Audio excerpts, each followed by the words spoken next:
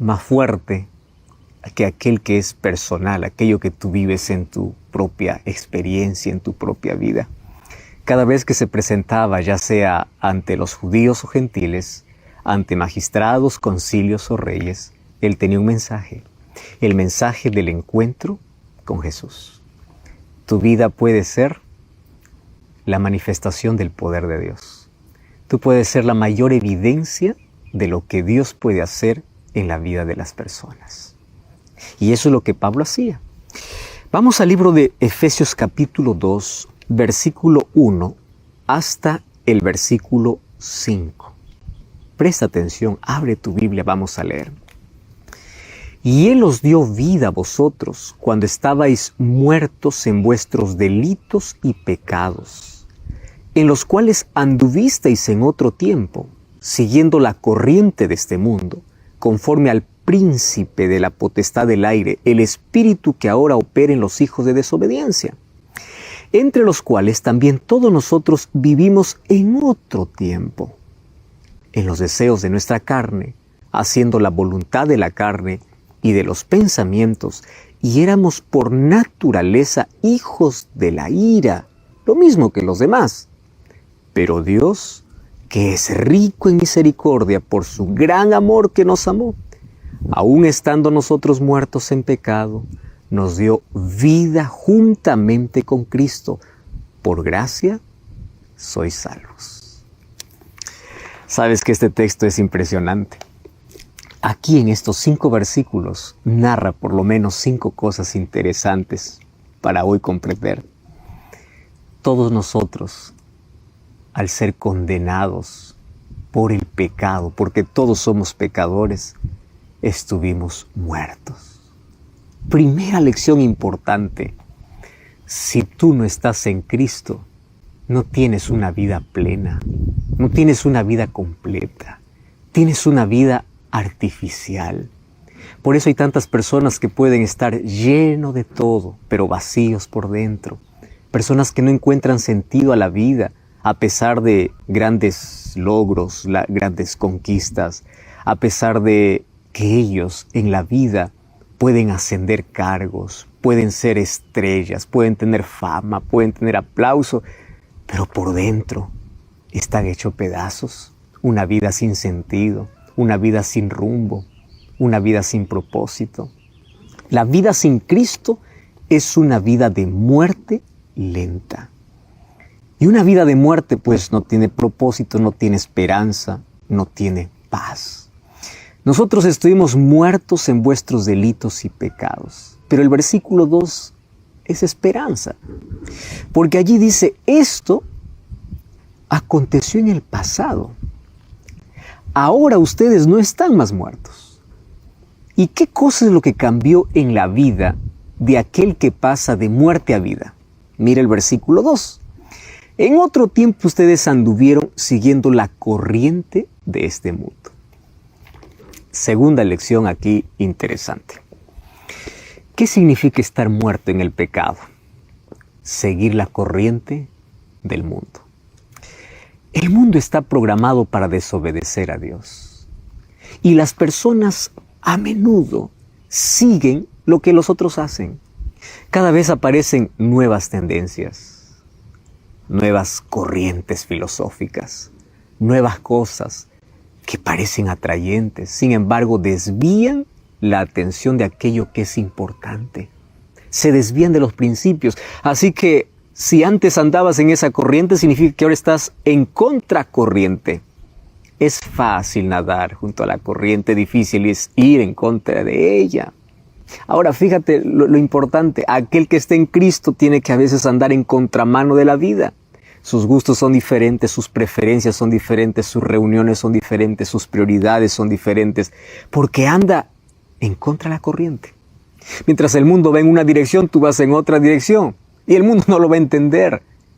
Pero aquellos que salieron de muerte a vida no siguen más la corriente de este mundo, no siguen más al príncipe de la potestad del aire. Aquí está hablando de Satanás. Versículo 3, ustedes vivieron en otro tiempo. Número 3, aquí, tercera lección. Aquel que está muerto en pecado sigue sus propios deseos de la carne. Fíjate, el apóstol Pablo nos dice que hay dos maneras de vivir: guiados por nuestros deseos o guiados por el Espíritu. Cada uno elige. O eres guiado por tus deseos de la carne, o eres guiado por el Espíritu de Dios. Gálatas capítulo 5, versículo 19 en adelante, habla acerca de los frutos de la carne, de los deseos de la carne y de los frutos del Espíritu. La diferencia es que dice, cuando estabas muerto en el pecado, tú andabas de acuerdo a tus propios deseos. Las personas hoy andan de acuerdo a sus sentimientos, de acuerdo a sus emociones, no de acuerdo a sus convicciones y principios. Y el cristiano anda de manera diferente. Ahora fíjate lo extraordinario, número 4. ¿Cómo es que pasaste de muerte a vida? Es que Dios es rico en misericordia y por su gran amor nos amó aun cuando estuvimos en esa condición. Versículo 5, porque aunque estábamos muertos en el pecado, nos dio vida juntamente con Cristo. Es en Cristo y con Cristo que llegas a tener vida. Me llama la atención la imagen que usa el apóstol Pablo. ¿Dónde está un muerto? Pues en la sepultura, ¿verdad? Está en la sepultura. Ahora, Dios nos llamó de la sepultura del pecado. Estuvimos condenados, muertos, de allí nos sacó. Pero aquí hay un peligro. ¿Cuál es el peligro?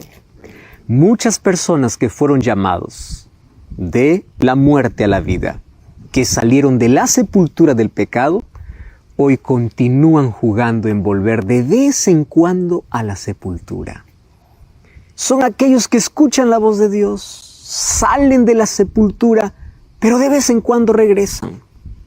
De vez en cuando practican las cosas que antes practicaban y están en ese juego entre ir y venir. Algunos están en la puerta, ¿no? Algunos están fuera, otros están dentro. Otros salen por un momento, fines de semana regresan. Otros están dentro de la tumba toda la semana y solo fin de semana sale. Qué peligroso es jugar entre la vida y la muerte. Qué peligroso es jugar entre la sepultura y la vida. Si Dios te llamó, por favor sal completamente y no mires más atrás. Ahora dice que los llamó de la muerte a la vida. Hay personas que por jugar entre entrar a la sepultura y salir de ella, porque continúan guardando hábitos antiguos, cosas que saben que tienen que abandonar, algunos entran a la sepultura de nuevo y nunca más salen.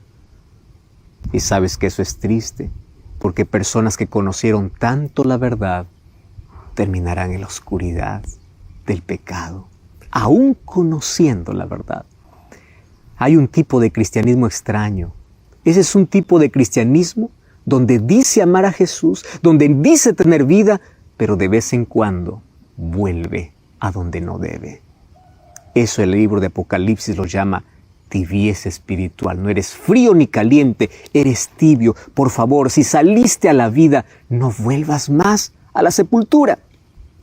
Sin embargo, hay un grupo de personas que cuando salen de esa sepultura, nunca más vuelven a ella. A eso el apóstol Pablo llama nuevas criaturas. Y fíjate una cosa, para ser nuevas criaturas hay que nacer de nuevo. ¿Y cómo ocurre ese nacimiento? Mira lo que dice el libro de Romanos capítulo 6, versículo 1 hasta el versículo 4. Romanos 6, 1 al 4. ¿Qué pues diremos? ¿Perseveraremos en el pecado para que la gracia abunde? En ninguna manera.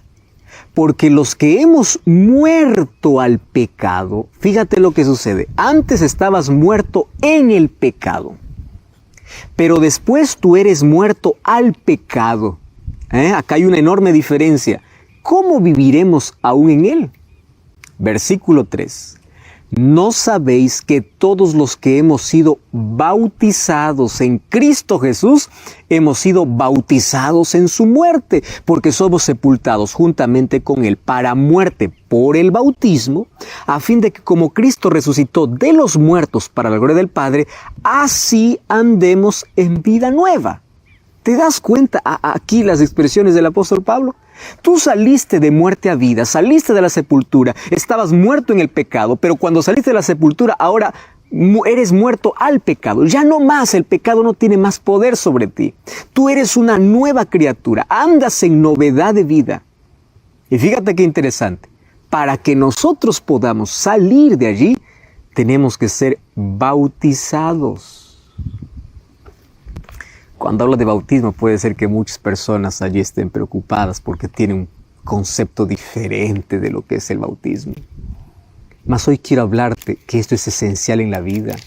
Mira lo que dice el libro de Colosenses, el apóstol Pablo una vez más en el capítulo 2, en el versículo 12. Dice, somos sepultados con él en el bautismo, en el cual fuisteis también rescatados con él mediante la fe en el poder del Dios que levantó de los muertos. ¿Qué cosa es el bautismo? Es el símbolo de salir de la tumba donde estabas muerto al pecado para una nueva vida. Por eso es que el bautismo tiene un símbolo especial. Cuando tú entras al agua, es como si entrases a una tumba líquida. Y así como Cristo murió, eres sumergido al agua. Y cuando sales del agua, es como representando, es el símbolo de la resurrección de Cristo, donde tú sales para una nueva vida. Por eso el bautismo es necesario. Mueres al pecado, mueres a la resistencia, mueres a la duda, mueres a la incredulidad y naces para ser una nueva criatura. Y sabes que este nacimiento es esencial. Un día Jesús habló con Nicodemo. Allí, lo primero que Jesús le dice en Juan capítulo 3, abre tu Biblia, mira esa historia interesante. Versículo 3, Jesús le dice, yo te digo que el que no nace de nuevo no puede ver el reino de Dios, porque el pecado enceguece. Y como tú estás ciego, tú piensas que el reino de Dios es aburrido, que ser cristiano no tiene sentido, porque no ves. Pero aquel que nace de nuevo puede ver y puede apreciar y puede amar las cosas espirituales. Las cosas que antes amabas lo dejas porque dices, no es posible que siga amando lo que me está destruyendo. Y las cosas que antes no gustabas, ahora amas. Ahora disfrutas abrir la Biblia, disfrutas orar, disfrutas las cosas espirituales porque puedes ver. Cuando tú estás ciego, mientras no nazcas de nuevo, nunca podrás ver qué cosa es lo más importante en la vida. Tus ojos estarán en la distracción, en las luces de este mundo, menos en las cosas espirituales. Y fíjate lo que dice en el siguiente versículo. El que no nace de nuevo no puede entrar en el reino de los cielos. Y Nicodemo preguntó, ¿y cómo se hace eso? Y allí Jesús le respondió, Juan 3:5. De cierto te digo que el que no nace de agua y de espíritu no puede entrar en el reino de los cielos. ¿Qué cosa es nacer de agua? Bautismo. ¿Qué cosa es nacer del Espíritu? El Espíritu Santo comienza a trabajar en nuestro corazón. Y allí lo que dice, mira, en Juan capítulo 3, es que ese Espíritu trabaja como el viento. Qué interesante. Ahí en el versículo 8 dice, el viento sopla de donde quiere, oye su sonido, no sabes de dónde viene ni a dónde va. Así es aquel que es nacido del Espíritu. Quiere decir que aquel que nace del Espíritu no sabe cómo el Espíritu Santo comienza a trabajar en su corazón para poder transformarlo, para poder hacerle una nueva criatura. Ese es el poder que Dios quiere actuar en tu vida. Nace del Espíritu y el Espíritu Santo, antes de tu entrega a Cristo, llama a tu corazón para convencerte, pero después que te entregas a Cristo, transforma tu corazón para hacerte semejante a Jesucristo. Aquel que no nace de nuevo no puede ver el reino de los cielos y no puede entrar. Para el apóstol Pablo, nacer de nuevo es pasar de muerte a vida. Y ese pasar de muerte a la vida tiene un símbolo llamado bautismo. La pregunta es, ¿y qué significa nacer realmente de nuevo? ¿Cómo es la vida con Cristo? Ahora todo es nuevo. Aquí nos dice aquel que está en una iglesia. No quiero que me malentiendas, la iglesia es importante. Aquel que está en Cristo tiene que ser miembro de una iglesia, tiene que participar de la iglesia, porque allí aprendemos, allí crecemos, allí oramos, allí adoramos y allí cumplimos juntos la misión. Pero estar en la iglesia es diferente a estar en Cristo. Hay personas que pueden estar 20 años en la iglesia y no haber estado ni un mes con Cristo. Entonces, la vida cristiana no se mide por cuánto tiempo tú estás en una iglesia, se mide por cuánto tiempo pasas con Cristo. ¿Lo entendiste? Vida cristiana no es cuánto tiempo estás en un lugar, cuánto tiempo dices ser cristiano, sino cuánto tiempo estás con Cristo, cuánto tiempo pasas con Él. Aquel que está en Cristo es nueva criatura. ¿Y qué significa estar en Cristo? El apóstol Pablo, en sus diferentes cartas, nos dice lo que realmente significa. El libro de Gálatas capítulo 3, versículo 27 dice así: porque todos los que habéis sido bautizados en Cristo, de Cristo sois revestidos. ¿Sabes qué cosa es lo interesante? Que en la Biblia se usa mucho la palabra vestimenta para hablar del carácter y de la justicia de Cristo en la vida del ser humano. Una vida sin Jesús está desnuda.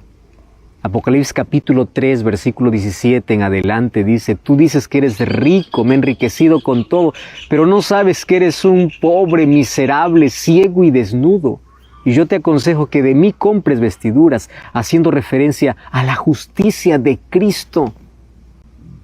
¿Recuerdas qué fue lo que aconteció cuando Adán y Eva pecaron en el jardín del Edén? Perdieron aquellas vestiduras sagradas, aquellas vestiduras de luz, de santidad, y se vieron desnudos. En su desesperación, para poder solucionar su problema, fueron a buscar hojas de higuera para poder cubrirse. Y eso es todo lo que el ser humano puede hacer para poder cubrir su desnudez. Miserables hojas de higuera, mas Cristo quiere revestirte. Y aquí dice que aquel que está en Cristo no más está desnudo. Aquel que está en Cristo está revestido de Cristo. ¿Qué más significa estar en Cristo?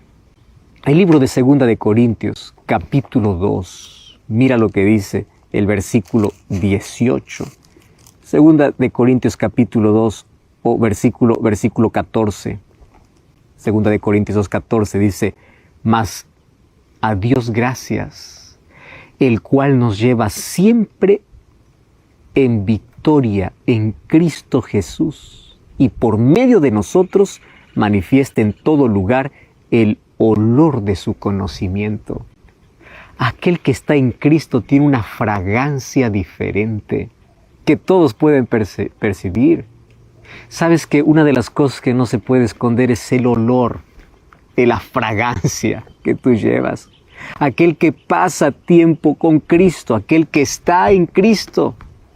Las personas gustan estar cerca de Él porque tiene una fragancia de paz, de serenidad, de tranquilidad. Y además dice que aquel que está en Cristo tiene victorias constantes. ¿Sabes qué significa eso? Eso significa de que aquel que está en Cristo lucha. Porque la vida es una lucha constante, pero siempre vence porque Cristo está con él. No significa que una vida con Jesús es una vida, wow, extraordinaria, donde nunca vas a tener sufrimiento, no vas a tener dolor, no vas a tener enfermedad. Vas a tener lucha, pero vas a vencer. ¿Qué más significa estar en Cristo? Filipenses capítulo 4, versículo 13. Todo lo puedo en Cristo que me fortalece. ¿Cuándo necesitas fortaleza? Fortaleza tú necesitas en los momentos difíciles, en las adversidades. Y Pablo, cuando escribió este versículo, escribió en el siguiente contexto: yo he aprendido a vivir cualquiera sea la situación, en la abundancia y en la escasez, en la pobreza o en la riqueza, cuando estuve enfermo o cuando estuve bien. Yo aprendí, mas ¿cómo pude superar todo eso? Todo lo puedo en Cristo. Aquel que está en Cristo tiene fortaleza para las mayores adversidades de la vida. ¿Qué más significa estar en Cristo? Mira lo que dice el libro de Colosenses, capítulo 1, versículo 14. Otra vez escribe el apóstol Pablo. Y allí dice: en quien tenemos redención por su sangre, el perdón de pecados. Aquel que está en Cristo tiene perdón, porque Cristo es su abogado. Tú sabes que la culpa destruye. culpa mata. Hay tantas personas que están cargando sobre sus hombros culpa. No pueden dormir, no pueden disfrutar la vida. Cargan un pasado terrible. No sabe más qué hacer. Mas aquel que está en Cristo está libre de culpa, porque Cristo le perdona y dice que tenemos redención y perdón por su sangre. Y si dice que tienen perdón, es porque aquel que está en Cristo, mientras esté en este mundo, falla, cae, resbala, pero nunca se queda allí. Se levanta, se toma del brazo poderoso de Jesús y continúa. El cielo estará lleno de personas que fracasaron, que cayeron, que probaron el polvo de la derrota, de la miseria, que cayeron profundamente en el pecado, que se embarraron en la vida, pero ellos confiaron en el poder y en el perdón que Dios les ofrecía. ¿Qué más significa estar en Cristo? Romanos capítulo 5, versículo 1, una vez más Pablo nos dice qué significa estar en Cristo. Dice así: justificados pues por la fe, tenemos paz para con Dios. Claro, aquel que está en Cristo tiene perdón, y aquel que tiene perdón tiene paz. Dos cosas aquí dice Romanos 5:1. Eres justificado por la fe y tienes paz. La paz no se comercializa, no se alquila, no se compra, no se vende. La paz es un regalo de Dios para aquellos que confían en Él. ¿Ya te diste cuenta de las bendiciones que uno tiene cuando está en Cristo? Paz en el corazón. Además de eso, aquel que está en Cristo no solamente tiene paz. El libro de 2 de Corintios capítulo 5 versículo 21 dice que es justificado. 1 de Corintios 1:2 dice que es santificado. Y Romanos capítulo 8 versículo 1, mira qué maravilloso ese texto. Ahora pues ninguna condenación hay para los que están en Cristo. O sea, estar en Cristo es pasar el juicio al lado de Jesús y no ser condenados. Y aquel que no es condenado, pues, está salvo. Aquel que está en Cristo no tiene condenación. Satanás podrá acusarlo, pero Cristo aparece para decir, Él es perdonado. Aquel que tiene a Cristo y aquel que está en Cristo tiene todo. Recuerdo la historia de un hombre que vivía solamente con su hijo en una enorme mansión. Él era multimillonario. Le gustaba coleccionar las grandes y mejores obras de arte del mundo, las más caras. Un día su hijo tuvo que ir a la guerra. Y bueno, cuando van a la guerra uno no sabe si volverá.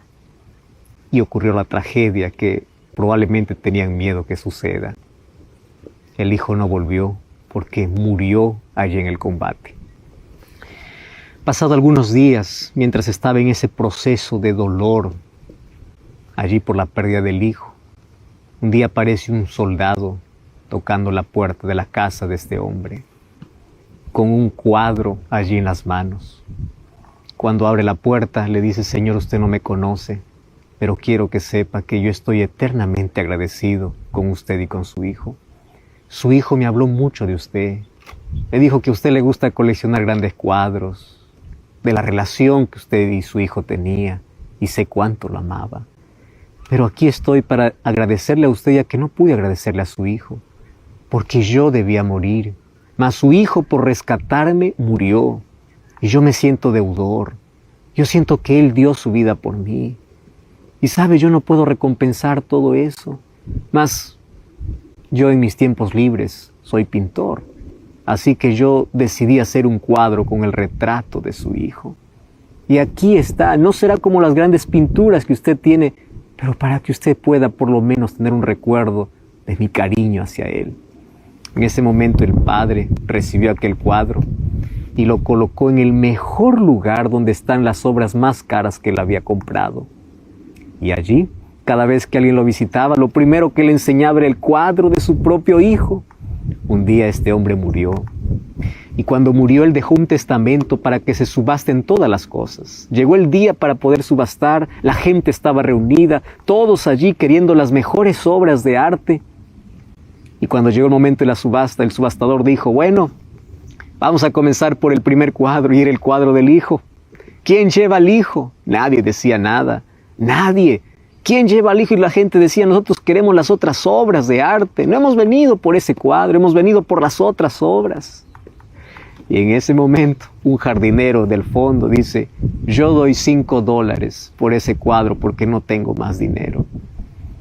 El subastador dice, se vende por $5 a la 1, a las 2 y a las 3. Y luego cuando entregó el cuadro del Hijo para este jardinero, el subastador dijo, señores, acabó la subasta. Todo el mundo estaba perplejo. ¿Cómo es posible que acabó la subasta? Es que en el testamento decía, quien lleva al Hijo se queda con todo. Lo mismo sucede con Jesús. Quien tiene a Jesús está libre de condenación, tiene paz, tiene esperanza, tiene vida, está vestido. Aquel que está en Cristo, por eso dice que es nueva criatura. Estar en Cristo es la mejor elección de la vida. Y ya vimos que para estar en Cristo tenemos que aceptarlo como Salvador y ser bautizados, pasar de muerte a vida. Aquel que está en Cristo tiene un nuevo carácter. Juan, cuando llegó a Jesús, tenía un temperamento terrible. Mas en la medida que caminó con Jesús, su carácter cambió y pasó a ser de discípulo del trueno al discípulo del amor. Eso es lo que hace Dios, aquel que está en Cristo. Dios restaura la imagen degenerada por el pecado, la imagen que nos ha deformado el pecado, puede ser transformado por el poder de Jesús, porque Él ingresa a los cuartos más oscuros de la vida para iluminar, para curar las heridas. Aquel que está en Cristo tiene nuevos hábitos, nuevos gustos, nuevas preferencias. Aquel que está en Cristo tiene nuevos sueños. Filipenses 3:20 dice que sueña con su verdadera ciudadanía, que es el cielo. Gálatas 2:20 dice que ahora es Cristo quien vive. Primer lugar está Cristo, más que cualquier cosa de esta vida. Aquel que está en Cristo, Juan 15:5 dice, este lleva mucho fruto. ¿Y qué fruto? Gálatas capítulo 5, 19 y 20 dice que es el fruto del amor que produce el Espíritu Santo. Nadie puede decir, estoy cerca de Cristo y está distanciado de los demás. Nadie puede decir que está en Cristo y tiene odio en su corazón. Aquel que está en Cristo, aquel que está más cerca de Dios, está más cerca de los demás, en compasión, en actos de servicio, en amor. Porque aquel que está en Cristo tiene frutos. Aquel que está en Cristo supera las adversidades de manera diferente. Incluso cuando llega la muerte, para robarte el ser que más amas. 1 Tesalonicenses capítulo 4, versículo 13, dice que tenemos una tristeza diferente, porque esta es una tristeza con esperanza. Probablemente has perdido un ser querido, te sientes solo, has perdido un hijo, una hija, al padre, a una madre, a un amigo que tanto amabas. Y en ese dolor tú no sabes qué hacer, te asfixias, pasas noches enteras sin dormir. Vas a visitar aquel cuarto donde estaba aquel ser que amabas y los recuerdos te torturan. La vida se ha tornado difícil, te sientes solo, mas quiero que sepas que aquel que esté en Cristo tiene fortaleza para que la esperanza pueda abrazarte en este momento de dolor, pueda consolarte en los momentos más difíciles de la vida. Aquel que está en Cristo no solamente tiene una nueva visión de la vida, tiene una nueva manera de enfrentar las adversidades. Aquel que está en Cristo tiene esperanza. Y dice Pablo, para estar en Cristo hay que aceptarlo como Salvador. Y aquel que lo acepta como Salvador pasa por la linda experiencia de ser bautizado. ¿Ya tomaste esa decisión? ¿Ya aceptaste a Jesús en tu vida? ¿Ya aceptaste ser bautizado? ¿Qué cosa estás esperando? ¿No ves todas las bendiciones que te estás perdiendo por no haber aceptado aún a Jesús? Ahora tú te preguntas, pastor, ¿por qué es tan importante el bautismo? ¿Acaso no puedo aceptar a Jesús solamente en silencio? ¿Acaso eso no es suficiente? Déjame explicarte ahora por qué es importante ser bautizado. ¿Por qué es importante el bautismo en la experiencia de alguien que conoció a Jesús? El bautismo está relacionado siempre con agua, y el agua es el símbolo de purificación, de limpieza. Y hoy vamos a ver por qué este es el símbolo de entrada o es el símbolo de aceptación en el reino de los cielos. ¿Sabes que en la Biblia nosotros encontramos algunos ejemplos que nos ayudan a entender esto? Cuando vamos al libro de Mateo capítulo 3, versículo 13 al 17, encontramos la historia de Jesús. Mateo capítulo 3, versículo 13, dice así: Entonces Jesús vino de Galilea a Juan al Jordán para ser bautizado por él. Mas Juan se le oponía diciendo: Yo necesito ser bautizado por ti, y tú vienes a mí. Pero Jesús le respondió: Deja ahora, porque así conviene que cumplamos toda justicia. Entonces le dejó. Y Jesús fue bautizado, subió del agua, y he aquí los cielos fueron abiertos, y el Espíritu de Dios que descendía como paloma venía sobre él. Y hubo una gran voz de los cielos que decía: Este es mi Hijo amado, en quien tengo complacencia. ¿Por qué el bautismo es importante? ¿Acaso no es suficiente simplemente aceptar a Jesús en silencio? Déjame contarte algo. Cuando una pareja, un hombre, una mujer, comienzan a enamorar, odiar, ellos tienen un plan. Si es que ese amor es puro, es verdadero, es sincero, es amor real, el plan es vivir toda la vida juntos. Ahora fíjate una cosa, en ese plan hay un comienzo que marca esa historia. Y ese comienzo obviamente es el matrimonio. El matrimonio no es el fin de todo, es el comienzo de una vida juntos. Ahora fíjate, es imposible que una pareja pueda decir, pues nos amamos tanto, pero queremos vivir distantes. Y para poder vivir juntos, pues el matrimonio es esencial. Entonces, el resultado del amor es que un día ambos van ante un altar, invitan a sus amigos, a sus familiares, y quiere que todo el mundo lo sepa que realmente están iniciando una vida juntos. Ese comienzo de vida realmente es marcante. Toda la familia celebra, todos los amigos están felices, y allí se hace un voto, una promesa. Y esa promesa es estar juntos en todo momento, salud y enfermedad, riqueza, pobreza.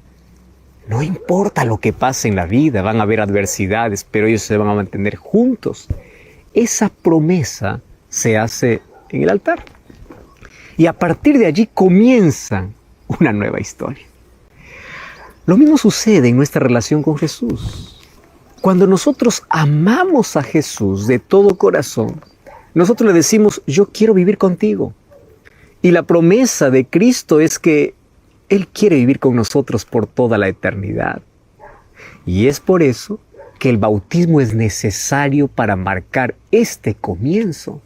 Así como una pareja va ante el altar para poder prometer amor eterno, para poder prometer de que a partir de allí van a estar juntos en todo momento, es Dios allí en el altar del bautismo que te promete: yo estaré contigo siempre, todos los días, nunca te abandonaré, siempre te sostendré, no importa las circunstancias difíciles por el cual tú estés pasando, yo estaré siempre, siempre a tu lado.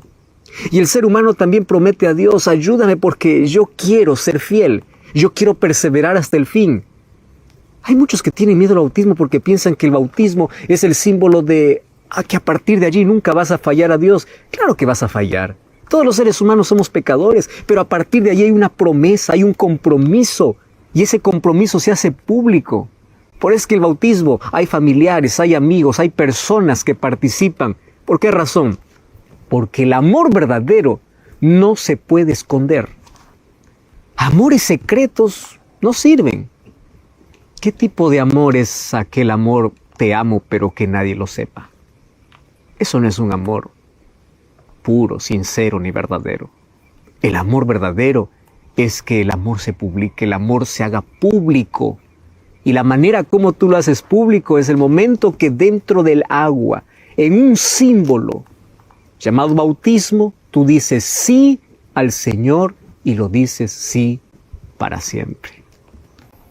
Jesús fue bautizado. ¿Mas por qué? ¿Acaso el bautismo no es el símbolo de pasar de muerte a vida? ¿Jesús tenía necesidad de eso? No. Mas Jesús lo hizo para dar ejemplo de lo que es el verdadero bautismo. Porque resulta que los seres humanos pues han creado tipos de bautismos. Ahora fíjate lo que sucede. Hoy podemos ver que hay bautismos por aspersión, hay bautismos por infusión y hay bautismos por inmersión. La pregunta es, ¿cuál de estos es el verdadero bautismo? Pues Jesús nos dio el ejemplo. ¿Y cómo? Dice que Jesús subió del agua. Para subir del agua, primero hay que descender al agua. Y de allí viene la palabra bautismo, del griego baptizo, que significa sumergir. Y ya vimos en Romanos 6, 1 al 4, que cuando uno es sumergido, representa la vida antigua que deja para nacer una nueva vida en Cristo Jesús. Así como Cristo murió y resucitó, uno es sumergido en el agua y se levanta para ser una nueva criatura. Si Jesús subió del agua, significa que Él fue sumergido. Entonces, el bautismo verdadero, bíblico, es el bautismo por inmersión, donde tú entras al agua y el agua representa una sepultura líquida donde mueres al pecado para nacer a una nueva vida al lado de Cristo. Y qué interesante, ¿verdad? A partir de allí, Pablo dice que somos nuevas criaturas. Mas ese no fue apenas lo que Jesús nos enseñó y nos mostró. Mira, en el libro de Hechos, el capítulo 8, versículo 26 en adelante, encontramos una historia fascinante. Un día, un etíope estaba regresando para su ciudad. Mientras él volvía, estaba leyendo un pergamino que había comprado en Jerusalén. Y el pergamino que leía estaba basado en el libro de Isaías, capítulo 53, donde hablaba acerca del sacrificio de Jesús. El Espíritu Santo guió a Felipe a acercarse a este eunuco y para poder decirle, ¿entiendes lo que lees? Y él le dice, pues no, yo quiero entender. Él no entendía de quién estaba hablando. Y bueno, allí Felipe le explica, y después que le explica y le anuncia el Evangelio de Jesús, dice el versículo 35, yendo por el camino, el versículo 36 del capítulo 8 de Hechos, llegaron a cierto lugar donde había agua, y dijo el eunuco, aquí hay agua, ¿qué impide que yo sea bautizado? Y Felipe le dijo, si crees de todo corazón, puedes. Y él respondió, creo que Jesucristo es el Hijo de Dios. Mandó parar el carro, descendieron ambos al agua, y Felipe y el eunuco, y le bautizó. Otra vez, descendieron al agua. Mas ese es un pedido de aquel que realmente dice amar a Dios. Yo quiero demostrarlo, yo quiero ser bautizado. Una vez que entendió el Evangelio, una vez que entendió quién era Jesús, pudo haber dicho, yo lo acepté en silencio, no necesito hacerlo público, pero aquel que realmente ama no puede guardar su amor por Dios y quedar en silencio. Por eso es que el bautismo es apenas un símbolo de esa entrega. Tú puedes decir, existen algunas condiciones, pastor, porque yo me bauticé cuando era niño, tenía 1 año, 2 años de edad, yo no supe, mis padres me bautizaron. Ya estás entendiendo que la primera característica es que el bautismo verdadero es por inmersión. Bueno, en la Biblia encontramos 4 características del verdadero bautismo. Hechos 22, 16 dice, Pablo contando su experiencia, que Ananías le dijo, levántate y bautízate y lava tus pecados invocando su nombre. ¿Existe una edad para ser bautizado? La primera condición es que tú tienes que ser consciente. Un bebé de 3 meses, de 1 año, no es consciente de lo que está sucediendo aún. Así es que otra característica es que tienes que tener conciencia, porque dice, levántate y lava tus pecados invocando su nombre. Otra característica, tercera característica, Mateo 28, 18 al 20, cuando Jesús dio la gran comisión a sus discípulos. Vayan por todo el mundo y prediquen el Evangelio. Y allí dice un asunto interesante, enseñándoles que guardes todas las cosas. O sea, una persona que es bautizada primero tiene que ser enseñada. Y luego dice, bautizándolos en el nombre del Padre, del Hijo y del Espíritu Santo. Mateo 28, 18 al 20. Una persona antes de ser bautizada tiene que ser enseñada. Tú ya seguiste esta serie especial. Ya conoces del amor de Jesús. Ya conoces los principios eternos. Tenemos una cuarta característica, claro, Marcos 16:16 dice, el que creyere y fuere bautizado será salvo. O sea, para ser bautizado hay que creer. ¿En qué cree un niño de 1 año de edad? Ahora, otra característica, Hechos 2:38, cuando se acercaron a Pedro a decirle qué tenemos que hacer allí en el sermón del Pentecostés, Pedro le respondió, arrepentíos y bautícese cada uno de vosotros. O sea, tiene que haber arrepentimiento. Ahora, te resumo las 5 características. Número 1, tiene que ser por inmersión. ¿Tú ya fuiste bautizado por inmersión? ¿Tú ya entraste al agua? Número 2, tú tienes que tener conciencia de lo que estás haciendo. Número 3, tú tienes que ser enseñado antes de ser bautizado. Número 4, tú tienes que creer en Jesús. Y número 5, tú tienes que estar arrepentido. Ahora fíjate, si tú me dices que fuiste bautizado a los 2 años de edad, entonces ninguna de estas características cumple. Por eso hoy tú puedes tomar la decisión de ser bautizado. Porque como ya vimos, el bautismo representa pasar de muerte a vida. El bautismo es un símbolo de un nuevo comienzo al lado de Jesús, para poder estar con Jesús. Por eso es que las aguas que son símbolos de limpieza y de purificación, ahora representan. Ahora pues, ¿por qué te detienes? Levántate y bautízate y lava tus pecados, invocando su nombre. ¡Qué llamado espectacular! ¿Qué te detiene? Y esa es la misma pregunta que yo te hago a ti. ¿Cuál es tu nombre? No lo sé. Mas tú sabes que esa es la decisión que tienes que tomar.